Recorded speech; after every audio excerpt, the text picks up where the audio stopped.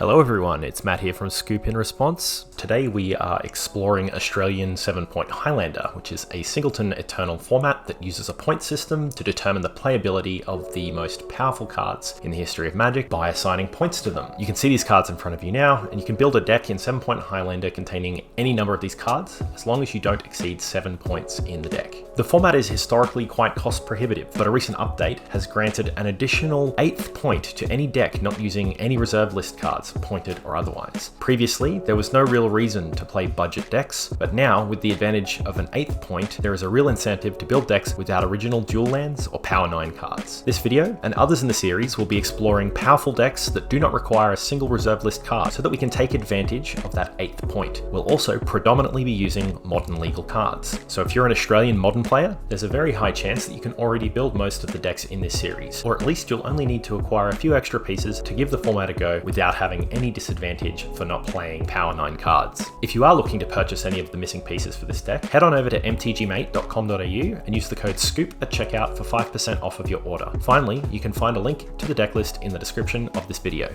If you're familiar with Modern or Legacy Delver or Murktide variants, you'll recognize the majority of cards in this deck. Blue Moon is a very versatile archetype that relies on Back to Basics, Magus, and Blood Moon to deny your opponents access to their mana base. We'll be using that advantage to create considerable tempo gain for us to close out the game with cheap threats and a range of permission spells to both protect them and delay our opponent further. Our points configuration is as follows: LinkTree, the Spell Chaser, at 2 points, and all of the remaining pointed cards being at 1. Force of Will, Ragavan, Gush, Mana Drain, Snapcaster Mage, and Dreadhorde Arcanist. We've got an assortment of mostly flying creature threats, a collection of counterspells, a bunch of burn spells and cantrips, and of course, the titular Moon package.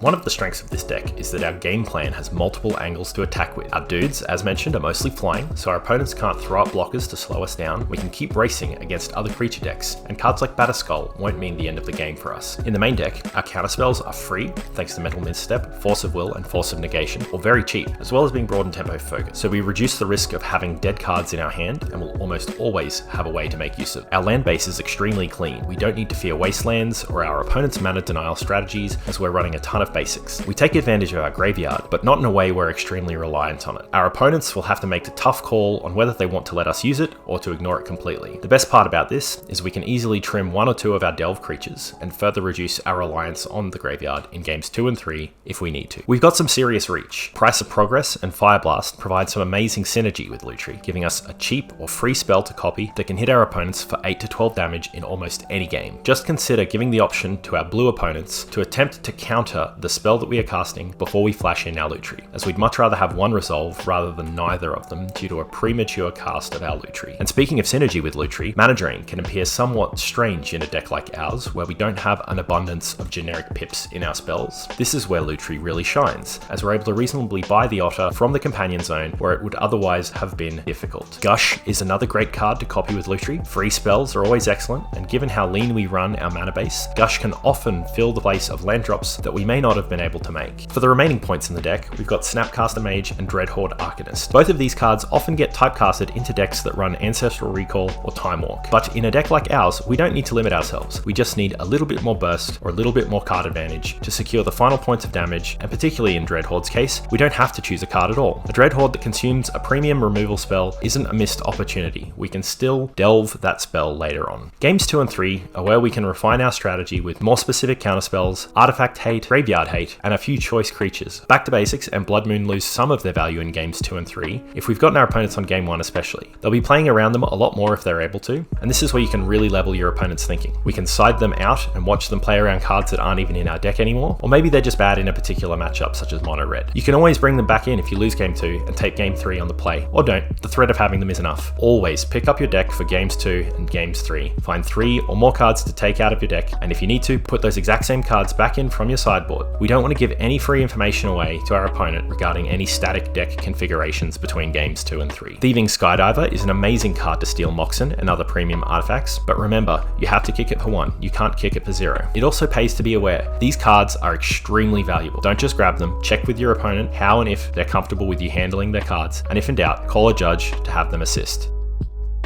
Burn and Prowess are 2 archetypes that are very similar in their build to this one, as we borrow a bit of both from these strategies.